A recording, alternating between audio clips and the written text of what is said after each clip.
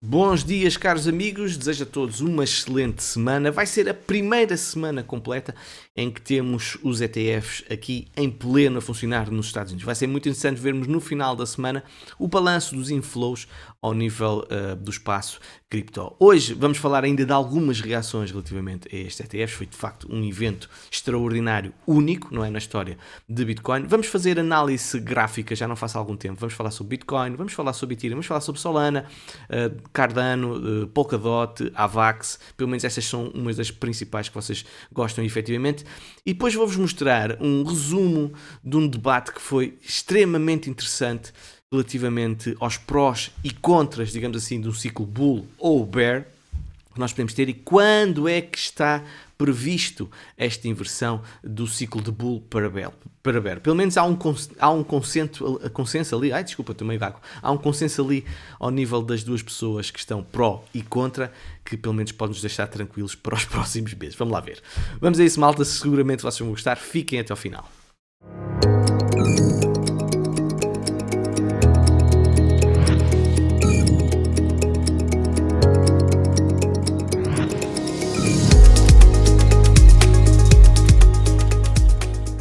E cá estamos novamente, meus amigos. Muito obrigado a todos aqueles que têm subscrito o canal. Tem entrado uma série de gente nova aqui no canal, portanto, se é a primeira vez que me estás a ouvir, seja bem-vindo aqui ao Alex Crypto. É um canal onde eu trago normalmente informação específica mais da área das criptomoedas. Faço também uma ligação com o mundo do mercado tradicional, porque eu acho que esses mundos também estão ligados. Faço também análise gráfica. Também apresento aqui alguns dados on-chain, ou seja, tudo o que é efetivamente importante para estares a par do mundo das criptomoedas, podes encontrar neste canal. Portanto, se conheces alguém que também quer enveredar por este caminho, partilha este conteúdo que eu acho que efetivamente vale a pena, ok? Caros amigos, deem-me 60 segundos para falar sobre o patrocinador deste episódio, a NordVPN. É um serviço de VPN líder de mercado que oferece uma ampla gama de recursos para proteger a vossa privacidade e segurança na internet. Tem mais de 5.500 servidores em 60 países, oferecendo assim uma ligação rápida e confiável mesmo em áreas remotas. A NordVPN utiliza criptografia de nível militar para proteger os nossos dados e assim estarmos tranquilos. A empresa também oferece uma política de não registro, o que significa que não recolhe nenhum dos dados que utilizamos quando estamos online. A NordVPN oferece uma variedade de recursos de segurança para proteger as nossas ligações, incluindo proteção contra fugas de DNS, proteção contra ataques DDoS, proteção contra malware e phishing. Além desta forte proteção de privacidade e segurança, a NordVPN também oferece uma variedade de facilidades adicionais, incluindo um desbloqueio de conteúdo, principalmente para o pessoal que, por exemplo, gosta de ver futebol, não é? Proteção de torrent e conexões simultâneas ilimitadas. Portanto, aproveitem esta promoção, meus amigos. Têm uma oferta de reembolso de 30 dias, um preço muito atrativo, abaixo dos 3 euros por mês para uma subscrição de 2 anos. Se mantenham seguros, é essencial para quem navega neste espaço. Pronto, e agora que tiramos as formalidades da frente, meus amigos, as reações são efetivamente muitas àquilo que aconteceu sobre a Bitcoin. Eu acho que havia muita expectativa, já tinha falado isto no último episódio, tivéssemos ali uma vela verde monumental, mas eu acho que isto já estava tudo priced in, fazia sentido haver alguma calmia, tal como eu vos mostrei no gráfico do ouro, ok? Quando tivemos a aprovação do ETF. Porém, há aqui um post aqui do James Van Straten que é muito interessante, porque ele fala que na passada sexta-feira nós podemos ter tido mesmo um evento de capitulação de Bitcoin. E vocês dizem, mas capitulação isso normalmente é um crash monumental. Sim, por norma é. Mas ele argumenta com alguns aspectos importantes, porque foi de longe, não é? Há muito tempo nós não víamos uma coisa assim. A Coinbase recebeu um volume de venda equivalente ao colapso de FTX. Portanto, foi feito um despejo enorme de Bitcoin na Coinbase, fruto daquela conversão do fundo da Grayscale para o ETF. A partir daí as pessoas obviamente quiseram fazer aquela trade porque eles compraram quando Bitcoin estava lá em baixo e ainda por cima compraram, por exemplo, com um desconto de 40% ao preço de Bitcoin. Portanto, era muito tentador fazer essa venda.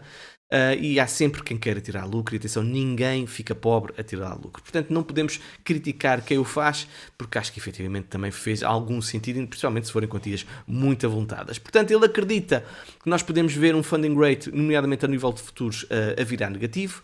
Ele também acredita numa potencial capitulação dos mineradores, eu aqui já tenho algumas dúvidas, e ele acredita também que as baleias que que têm mais de 10 mil bitcoins, peço desculpa, vão começar a acumular novamente. Só o tempo dirá, mas não deixa de ser interessante esta abordagem que aqui está pelo Sr. James Van Straten. E aqui está a comparativo relativamente ao ETF do ouro. Eu acho que é muito feliz este comparativo. Porque, como vocês podem ver, nós tivemos ali um momento de alguma acalmia e depois tivemos aquela subida monumental. Ele aqui de 1980 até mais ou menos ao ano 2020 e qualquer coisa, 24, tivemos uma subida de 300%. Lembrar que o ouro não tem um supply limitado, ou seja, quando o preço do ouro está muito elevado, o que é que acontece aos mineradores? Mineram mais, com mais intensidade. Evidentemente, Bitcoin também pode acontecer isso. Com a produção energética eles aumentam a capacidade das máquinas, mas o supply de Bitcoin é limitado, portanto não vai, obviamente, continuar a subir. Portanto, aqui o Sr. Ash Crypto faz uma comparação muito interessante e diz que o market cap de Bitcoin neste momento é cerca de 840 bilhões de dólares e se Bitcoin atingir metade do market cap do ouro, estamos a falar de preços de Bitcoin a rondar os 500 mil dólares. Evidentemente que isto não vai ser uma coisa para amanhã ou para a próxima semana, será gradual, mas eu acho que se nós pusermos um time frame, digamos assim, de 5 anos, 10 anos, Bitcoin a 500 mil dólares, Bitcoin a valer metade do market cap do ouro, para mim não é uma coisa que sinceramente que me vá surpreender. Lembrar também que não falta é dinheiro por aí, meus amigos, portanto o stock market tem 109 trilhões de dólares, o bond market tem cerca de 133 trilhões de dólares e o ouro neste momento tem um mercado então de 13,79 13 trilhões de dólares, ok? É mais fácil assim. Portanto, eu acredito também, como diz aqui o Sr.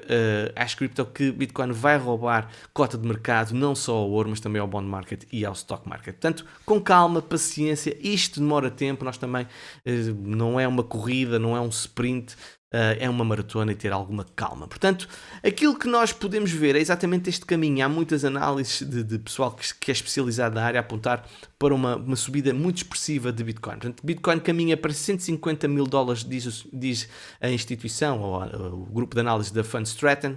Portanto, o Sr. Tom Lee, chefe da pesquisa da Fundstratton, uma empresa independente de pesquisa financeira, compartilhou a sua visão, a sua perspectiva de preço de Bitcoin numa entrevista à CNBC na semana passada. Portanto, ele acredita que nos próximos 12 meses, atenção, 12 meses, algo acima dos 100 mil, talvez ultrapassando os 150 mil dólares, Bitcoin pode efetivamente atingir. Se pelo halving em si as pessoas próprias já acreditam que Bitcoin iria ultrapassar os 100 mil dólares, neste momento tendo um foguetão por trás, não é, a puxar Bitcoin para a frente, obviamente que há mais gente a acreditar dos 100 mil dólares ou mais para cima. Eu acho que a grande sombra que aqui está e continua a estar e vai continuar a estar até prova em contrário é a situação macroeconómica, que eu vou falar um pouco sobre isso no final deste episódio. Ele também diz, o Sr. Tom Lee, que nos próximos 5 anos temos um fornecimento finito, mas agora temos um aumento potencial enorme de procura com a aprovação do ETF de spot de Bitcoin. Então acredita que em 5 anos algo em torno de meio milhão é efetivamente alcançável, tal como eu estava a dizer há pouco. Dizer também que a BlackRock retirou cerca de 11.500 Bitcoins do mercado e prepara terreno para a escassez. Atenção, estamos a falar apenas da BlackRock. Portanto, como vocês sabem, é a maior gestora de ativos e ela retirou cerca de 11.500 Bitcoins. Isto representa, meus amigos, isto é que é importante vocês perceberem isto. Isto representa quase 13 dias de produção de todos os mineradores de Bitcoin. 13 dias, porque por dia há uma emissão de cerca de 900 Bitcoin por dia, ok? Já fiz disparates. Portanto, meus amigos, isto é elucidativo que apenas em 2 dias foram retirados mais de 13 dias de produção. Isto efetivamente vai criar um choque de oferta-procura em Bitcoin. Pode demorar algumas semanas, mas vai criar. Portanto, a ação da BlackRock sinaliza uma potencial crise de oferta no mercado da Bitcoin. Nos últimos 2 dias estima-se que cerca de 46 mil BTCs foram retirados do mercado, o que é aproximadamente 25,5 vezes a produção diária. A situação é exacerbada pela procura adicional de investidores de varejo e outros ETFs globais, apertando ainda mais a oferta disponível do Bitcoin. Ou seja, que estamos a falar, estes 46 mil Bitcoins que supostamente foram retirados do mercado, é tudo junto, ok? Tudo junto. Toda a gente comprou, se é que compraste, todos os ETFs a nível mundial, portanto, tudo excede 25,5 vezes a produção diária. E tal como eu disse anteriormente, não é como o ouro em que vocês aumentam o ouro disponível. Bitcoin é limitado. E o que é que vai acontecer com o halving, meus amigos? Pois é, esta produção diária vai reduzir de 900 para 450 BTCs. E se a procura diária se mantiver, o que é que vocês acham que vai acontecer ao preço? É factual, não é? Acho que é 2 mais 2 ainda são 4 e é simples de concluirmos. E exatamente, e pronto, isto foi aquilo que eu carreguei. Porém, há quem continue a achar. Eu acho que isto é muito engraçado, porque eu já nisto há alguns aninhos, não é? Desde 2018, eu já vi tanta notícia de dizer mal de Bitcoin, que Bitcoin era isto, era aquilo, e depois mudam, depois convertem-se todos. Portanto, é uma questão de tempo até vemos notícias novamente bullish relativamente a Bitcoin. Portanto, mas esta notícia não deixa de ser corajosa, porque no momento em que há algum sentimento de otimismo relativamente a Bitcoin, portanto, Financial Times chama-se ETF de Bitcoin como conto de sereia. Depois daquilo que vos acabei de dizer, não sei se faz muito sentido fazer este tipo de afirmação, mas aquilo que me choca efetivamente é, tudo bem que as pessoas podem ter alguma dificuldade em compreender Bitcoin e em compreender o seu potencial, mas estamos a falar de jornalistas, seguramente que eles têm jornalistas ligados à área financeira, e faz-me espécie como é que ainda afirmam que Bitcoin é uma bolha e que Bitcoin, por exemplo, não tem uma prova de conceito para uma moeda de utilidade económica. Evidentemente que Bitcoin não está talhada, na minha opinião, para ser uma moeda de compra direta. Eu acho que vai demorar muito tempo se é que isso vai acontecer, porque Bitcoin tem um preço volátil. Porém, nós podemos ter stablecoins, ou podemos ter o euro ou o dólar, se calhar daqui à geração em que a minha filha se calhar pode ter netos não disparate filhos, em que podemos ver, ou até antes, moedas fiduciárias em que têm a paridade a Bitcoin. Porque não, ok? Como já tivemos euro e dólar, como já tivemos o dólar a fazer como backup o ouro, podemos ter também Bitcoin a fazer backup a uma moeda fiduciária. Por que não? Ok? Portanto, esta ideia eu acho que é uma mente muito fechada que não consegue entender que Bitcoin é, acima de tudo, nesta fase, uma reserva de valor, uma proteção de capital, exatamente pela sua escassez, pela sua descentralização, ok? E acho que não entender isto, eu acho que é estranho, meus amigos, é estranho. Aliás, dizem que não pode ser utilizada como moeda para transações. A Argentina acabou de registrar o seu primeiro contrato de aluguer em Bitcoin. Portanto, um acordo estipula que o inquilino vai pagar o equivalente a 100 dólares em Bitcoin ao proprietário todos os meses, tendo selecionada, não sei quê, uma Bolsa Nacional de Criptomoedas como fornecedora do preço referencial de Bitcoin para executar esses pagamentos. O contrato também determina que o inquilino vai executar esses pagamentos durante os primeiros 5 dias de cada mês para um endereço fornecido pelo proprietário, ou seja, é um pagamento direto em Bitcoin. E exemplos destes, há pacotes, meus amigos, há pacotes, ok? Vocês vão dizer, mas há momentos em que a transação é convertida em moeda fiduciária. Verdade, isso é tudo verdade. Mas este é um exemplo claro que as pessoas preferem receber mesmo em Bitcoin, tá bem? Principalmente em países que têm uma inflação muito grande, faz todo o sentido, porque a tendência de Bitcoin é uma valorização, enquanto a tendência da sua moeda, por exemplo, o caso do peso, é de desvalorização. Portanto, é uma aposta no futuro e acho que faz todo o sentido. Portanto, esta notícia contraria um pouco aquela visão do Financial Times. E o que dizer de bolhas? Há pessoal que às vezes ainda compara Bitcoin à bolha das tulipas. Isto foi a bolha das tulipas, meus amigos, ok? Isto foi a bolha das tulipas. Mas reparem bem agora este gráfico que aqui está. A bolha das tulipas é aqui que está a vermelho. Durou cerca de 3 anos. Temos também a situação do que aconteceu ao nível da South Sea Company, portanto foi uma coisa que aconteceu nos anos 1719 a 1722, eu não me lembro, como é óbvio, em que também durou cerca de 3 anos e meio. Temos a situação do dot-com bubble, que sim, obviamente vocês se recordam, que tem aqui uma duração praticamente aqui de 8 anos e meio, mas reparem, Bitcoin já tem o fator tempo a seu favor, já estamos com Bitcoin com mais de, isto foi em 2008, 2009, ok, de 15 anos, nós temos 15 anos neste momento de BTC aqui a funcionar. Portanto, o fator tempo prova que Bitcoin não é uma bolha. E basta olhar para este gráfico. Meus amigos, tem tendência de alta. Portanto, uma bolha não é isto. Uma bolha é isto, ok? Subiu, morreu. Morreu, flat, morreu, acabou-se, ok? Bitcoin não é isso, está mais do que provado. Portanto, estas ideias que já não colam, sinceramente, já estão gastas e acho que nós já temos todos os argumentos para contrariar este tipo de ideias sem sentido, ok? Dizer agora que a Celsius continua a vender a vender Ethereum, e vendeu na semana passada, aproveitou a subida de Ethereum e descarregou 125 milhões em Ethereum para as plataformas. Portanto, nós ainda temos esta pressão de venda em Ethereum. Portanto, foram cerca de 95,5 milhões para a Coinbase e 29,7 milhões através da Falcon X.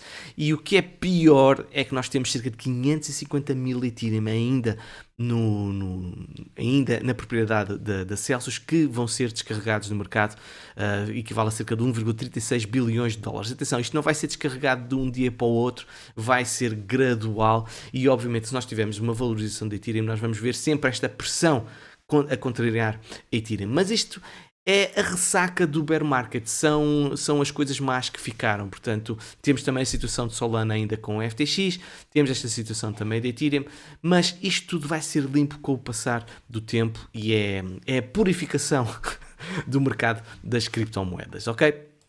Também dizer que esta semana nós vamos ver algum desbloqueio de tokens, por exemplo, pessoal que tem Ape, pessoal que tem AXS e atenção pessoal que tem Injective, portanto o Injective tem subido muitíssimo, continua, vai ter um desbloqueio de 3,67 milhões de token, a valer cerca de 140 milhões de dólares no dia 20 de janeiro às 19 horas. Também isto quer dizer o quê? Que pode haver ali uma retração do preço nestes ativos, porque obviamente que há um despejo de tokens que estão bloqueados e que agora provavelmente vão ser vendidos a um bom preço, nomeadamente é o caso de Injective, pelo menos é isso que me parece. Se quiserem saber quando é que estes tipos de ativos são despejados no mercado, atenção, isto não é publicidade, é apenas uma informação gratuita, vão ao site token.unlocks.app e encontram aqui quanto é que tempo é que falta para uma série de ativos serem descarregados no mercado, ok? Isto é informação que eu acho que é também irrelevante se estiverem a tentar pensar a fazer a aquisição de determinados ativos. Falar agora um bocadinho de Ethereum, reparem como está a haver uma mudança na ideia do mercado tradicional, ou seja, o CME Futures teve uma subida astronómica, como vocês podem compreender, e podemos ver aqui a amarelo, mas nós o que podemos ver é que quando tivemos a aprovação do ETF, o CME desceu cerca de 13%, enquanto Ethereum, reparem o que aconteceu, subiu cerca de 14% no Open Interest. Portanto, isto é claramente uma mudança também do mercado, digamos assim, tradicional, do mercado institucional, neste momento a olhar também para Ethereum, apesar de Ethereum também ter tentado a subir basicamente desde outubro, ok?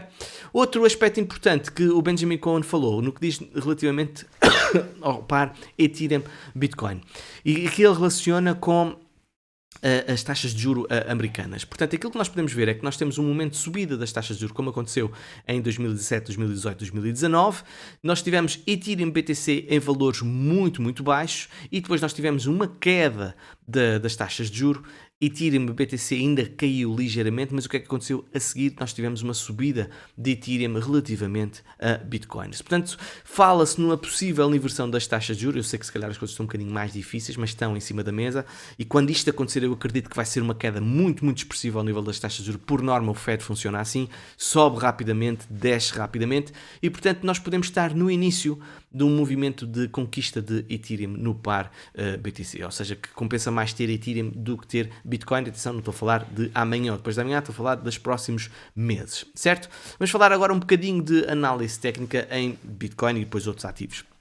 O sinal que nós tivemos na vela de 2 semanas que fechou ontem é efetivamente bastante mau. É mau, ok? Reparem bem, isto é uma Gravestone Doji Candle, portanto é uma vela muito, muito expressiva ao nível de rejeição, é das piores que pode haver. Portanto, eu acredito que nós vamos ter uma rejeição nas próximas velas aqui quinzenais. Eu não acredito que nós vamos continuar a ver esta subida louca. Porém, temos este motor dos ETFs que é aquele aspecto que está a mudar todas estas análises, está a dificultar todas estas análises. E por norma, atenção, falando apenas e só de análise técnica, quando nós temos uma rejeição muito grande, por vezes nós vimos até mais ou menos aqui a meio aqui deste raio aqui de rejeição. Portanto, nós podemos ver exatamente até uma subida mais ou menos aqui à zona dos 45 mil novamente e depois fechar novamente. Portanto, eu olhando para este gráfico, olhando apenas e só para o price action, parece-me que efetivamente nós vamos ter uma ligeira correção. Se é muito expressiva ou menos expressiva, isso eu não sei, mas parece-me que está efetivamente esgotado. Se eu estiver enganado, estou enganado e vou ficar preocupado porque eu não quero ver uma subida à pica que é a valor dos 50, 60, 70 mil dólares, porque para mim vai significar um ciclo à esquerda, uma subida muito expressiva no ciclo de 4 anos e aí vai-me pressionar a vender mais cedo do que aquilo que eu estava a pensar vender. E sim, meus amigos, eu vou vender, não pensem que eu vou ficar agarrado aos ativos, porque eu não já me casei e não me caso com mais ninguém, está bem? Vamos ver agora no curto prazo o Bitcoin como é que está. Portanto, nós tivemos então esta rejeição muito grande que está relacionada com a venda que aconteceu via Grayscale do ETF do GBTC, o trust que eles têm, e nós aguentamos neste suporte que aqui está na zona aqui dos 41.500 dólares. Se nós perdemos esta zona, principalmente este suporte aqui horizontal, eu acho que o mais provável, se nós perdemos aqui esta zona, eu acho que o mais provável é virmos testar aqui a zona aqui dos 38 mil dólares como resistência. Se isto acontecer, significa provavelmente pela primeira vez, não é de certeza, não é pela primeira vez, desde setembro de 2023, que vai ser a primeira vez que nós vamos perder a estrutura macro de baixos mais altos e altos mais altos. Portanto, se isso acontecer, meus amigos, preparem-se para uma queda mais expressiva que pode levar Bitcoin aos 38 mil dólares, pelo menos, acho eu, ok? Também podemos ter algo muito rápido, em que podemos ter uma rejeição aqui e depois rápida pressão de compra, ok? Também podemos perfeitamente ter isso, porque como vocês sabem, neste momento há capital institucional aqui à espera de oportunidade para comprar BTC e podemos ter de facto essa queda momentânea, está bem? Vamos agora falar um pouco sobre Ethereum. Ethereum está efetivamente bastante bem, porque, deixem-me aqui ligar o meu indicador, reparem, estamos está acima da VWMA, está acima das EMAs principais e, como eu disse, ainda estamos muito longe daquele valor que eu acho que vai ser a principal resistência para Ethereum aqui nos 3.400 dólares. Ela até pode estar neste momento, Ethereum até pode neste momento estar a fazer uma bull flag, ok? Tivemos este movimento impulsivo e agora estamos aqui a fazer uma bull flag. Tudo o que seja até 45 graus para mim é considerado uma bull flag e isto para mim está no limite desses 45 graus. Também quero falar um pouco sobre a dominância de Bitcoin, porque ela parece-me pode estar a fazer aqui um head and shoulders puro, e isto quando quebra pode de facto levar a uma subida do par do par Ethereum BTC, bem como as altcoins relativamente a BTC. Portanto, se nós fizermos aqui uma medição, por acaso ainda nem sequer fiz, é a primeira vez que estou a fazer isto, ok? Vocês vão ver, é a primeira vez. Podemos cair aqui a esta zona dos 47%, que faz algum sentido. Toda esta zona, reparem, é uma zona de suporte e, por norma, estas medições costumam bater relativamente certo. Portanto, cairmos a esta zona aqui ao nível da dominância de Bitcoin não era nada que espantasse, até porque nós podemos ver que esta subida começa a estar um pouco esgotada e podemos ter tido, meus amigos, não quero afirmar com certeza, mas podemos ter tido o topo deste ciclo ao nível da dominância de Bitcoin. E porquê? Porque já temos os ETFs aprovados, neste momento vai começar a narrativa de Ethereum, e quando assim é, as coisas de facto começam a ser mais difíceis, nós vemos uma subida expressiva. E se isto aconteceu, não sei onde é que nós vamos ao nível da retração de Fibonacci. Ok, significa que fomos à zona de 0.5 Fibonacci, e é uma zona que é perfeitamente plausível de chegarmos e de sermos rejeitados. Eu, no meu target principal, era esta zona dos 57, 58%, mas isto nós temos de ser dinâmicos no mercado e não ficarmos agarrados a uma ideia só. Até porque, eu não vos disse, quem sabe, obviamente, é a minha comunidade privada, sabe sempre em primeiro lugar, sabe de tudo aquilo que eu faço. Eu converti toda a minha Bitcoin que tinha para Ethereum neste valor, aqui. Foi na semana passada, né, quando tivemos a aprovação do ETF, reparem, onde eu vendi está aqui alinhavado, portanto o pessoal do Premium pode confirmar aquilo que eu estou a dizer. E se isto de facto foi uma zona de suporte, é efetivamente bastante bullish para Ethereum. Eu agora vou-vos mostrar um gráfico que é muito interessante e que mostra o seguinte. Este aqui está relacionado, estas corzinhas aqui que estão sobrepostas sobre as velas de Ethereum, no par Ethereum BTC, mostram a situação dos halvings. E, desculpem, tenho aqui que tenho que vos mostrar. E aqui, como vocês podem ver, quando nós estamos com uma linha roxa, ok, significa que estamos a menos de 199 dias do halving. E aquilo que nós podemos constatar, essa zona roxa que aqui está, que aconteceu no passado, reparem bem aqui, esta zona roxa aqui, significa, e depois vem uma zona laranja, significa que depois desta zona roxa e zona laranja, temos uma zona a verde que é bastante bullish para Ethereum no par BTC. Reparem, zona roxa, aqui a zona laranja até houve uma subida da dominância de Ethereum perante BTC, e zona verde aqui a surgir. O que nós não queremos ver, para quem quer estar mais exposto a Ethereum, é quando nós estamos no final desta zona aqui verde e converter-se para azul. Reparem, aqui aconteceu em 2018, zona azul, azul escuro, e foi uma queda muito significativa no par Ethereum BTC. A mesma coisa em janeiro de 2022. Portanto, nós estamos naquela fase em que podemos ter uma subida expressiva da dominância de Ethereum perante BTC e a parte mais bull, digamos assim, é posterior até a essa situação. Por causa disso é que, como vocês estão a ver, agora com a narrativa da BlackRock, peço desculpa, do ETF de Ethereum via BlackRock, eu acho que esta migração para Ethereum, na minha opção, na minha visão, acho que faz todo o sentido, e foi por causa disso que eu mudei então para Ethereum e deixei BTC de parte. Nem sei se vou voltar a ter BTC neste ciclo, sinceramente, mas isso é outras conversas, está bem?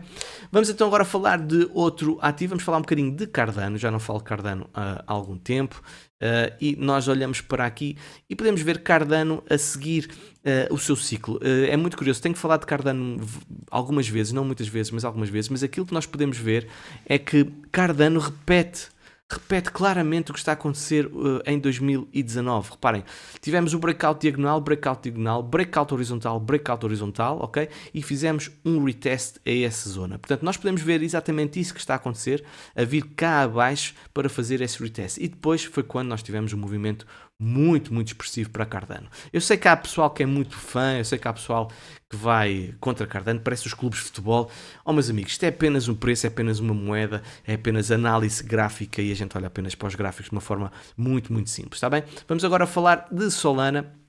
Solana parece-me que efetivamente está um bocadinho cansada e até relativamente ao par Bitcoin e ao par Ethereum, porque nós tivemos então esta rejeição nesta zona aqui dos 133 dólares, nem chegou, 127 dólares, e eu acho que enquanto Solana mantiver-se acima dos 77 dólares, o meu cenário, para mim, o mais provável era isto. É ver uma lateralização nesta zona entre os 78 e os 133 dólares. Porquê? Porque Solana tem muita procura, tem muito interesse, certo?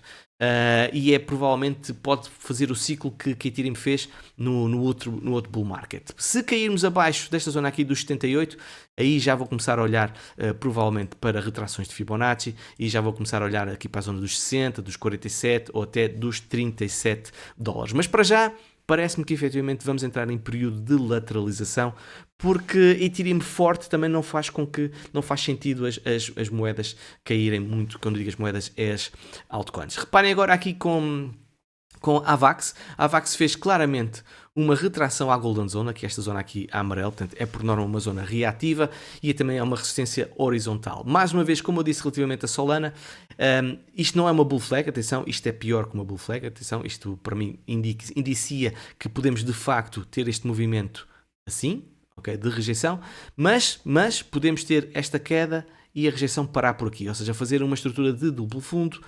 Isto é muito pequenino para vocês verem, duplo fundo e aguentar-se aqui. Portanto, tal como Solana, se nós nos aguentarmos aqui nesta zona acima dos 30 dólares, vai aumentar a probabilidade de estarmos a fazer aqui sim uma mega bull flag. Estou a falar no curto prazo, mas se vocês depois virem assim, isto é obviamente uma bull flag, mas neste momento o ângulo é muito curto para dizer que isto é uma bull flag, ok?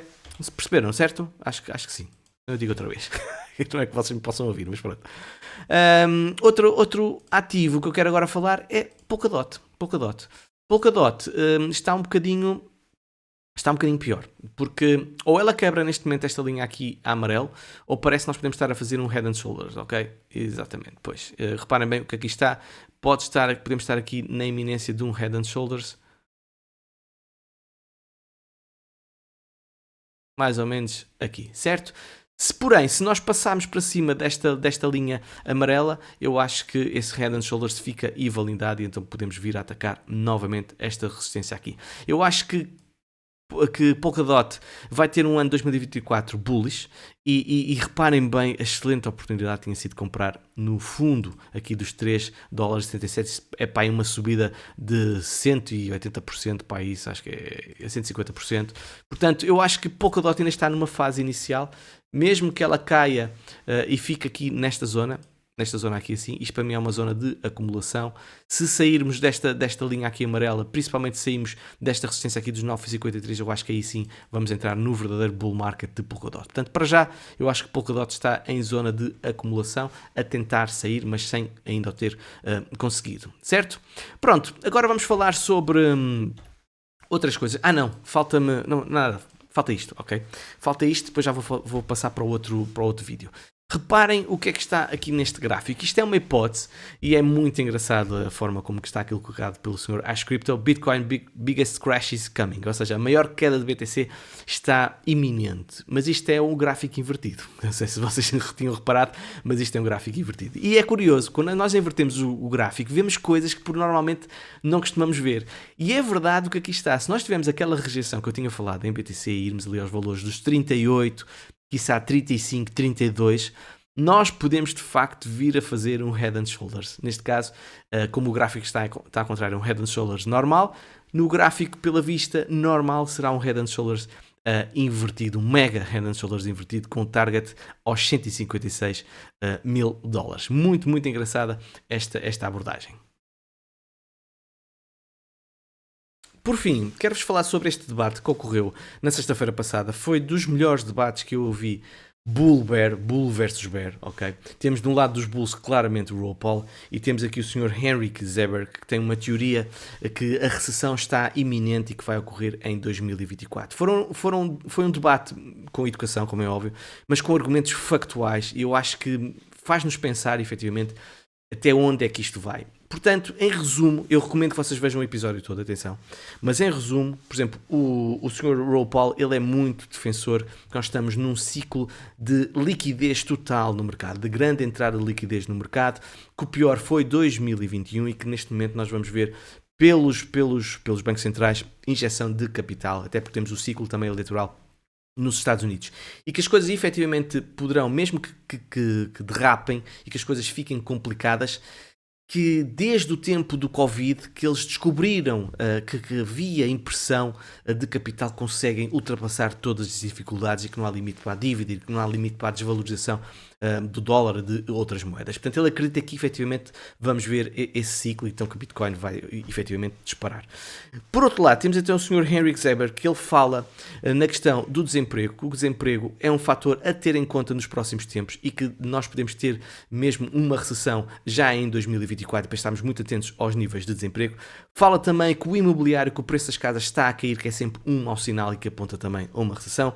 E fala também na inversão das taxas de juros de 10 a 2 anos, como já mostrei também aqui, que nos últimos episódios, que está a começar a subir. E por norma, quando isso acontece, nós temos efetivamente uma recessão. E se houver uma recessão, será mais difícil os mercados mantiverem-se bullish. Aquilo que vocês vão ouvir agora, portanto é apenas uma parte, é o Sr. Ren, que é o host aqui deste programa, a fazer uma pergunta ao Henrik Zeberg, a dizer: o que é que pode acontecer para invalidar a tua tese? O que é que pode acontecer para que o Ron Paul tenha razão? E depois também o Ron Paul também faz um resumo.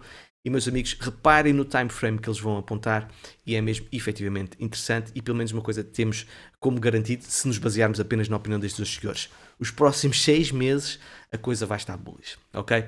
Despeço-me com esta parte, com este excerto deste debate. Vemos no próximo episódio. Tchau, tchau. Well, in terms of the market, well, I need to see that. First of all, I am bearish the dollar at this point. I think that's what's going to drive the whole blow off top as well. So I think we're going to see Dixie going down to around 90.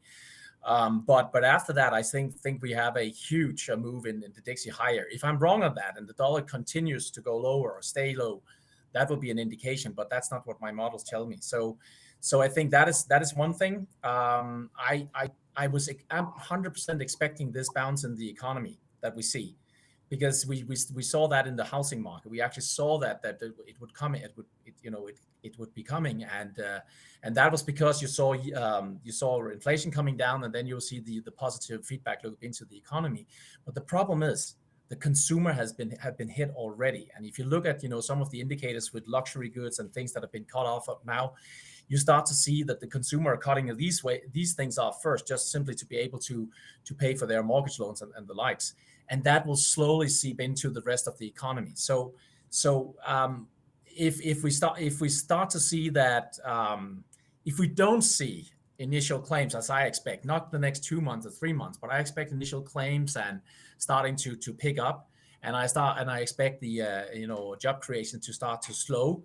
Well, if we do not see that within the next 6 months, well, then at least we could move into 25 or something. But I just don't see we have much time anymore. Okay. I mean, because there are so many indicators telling us that it should be by at least Q3 we should be there. So, Raoul, in your thesis, we continue to run through 2024 and we continue to run through 2025. At the end of the cycle, when is the end of your cycle, Raoul? When do you see the market cooling down in your pattern? Look, there's a probability that you could front-end load something crazy, and then in which case some of these riskier markets don't follow through the rest of the business cycle. I give that a 20% chance. I give a 60% chance that this is just a normal cycle that we know from crypto and macro. We tack on another 100% plus in the NASDAQ, and we tack on another 500% in crypto plus, broadly across the board. And there's the other thing, which is this is going to be a much bigger bubble into 2025 because kind of all the elements are in line. Now, I think there's a 20% chance of that. That could have a longer hangover for the next cycle, but I don't see the cycle has changed here. It's been like clockwork based around the debt cycle. It's been managed the same way every single time. Interest rates go up, growth slows, the Fed or one of the other central banks stimulates, it kind of bottoms the cycle out. I think most assets priced in a recession last year in 2022. Crypto certainly did. The year-on-year rate of change of crypto and the NASDAQ were perfectly in line with our financial conditions index. Financial conditions index is loosening rapidly, and everything follows that.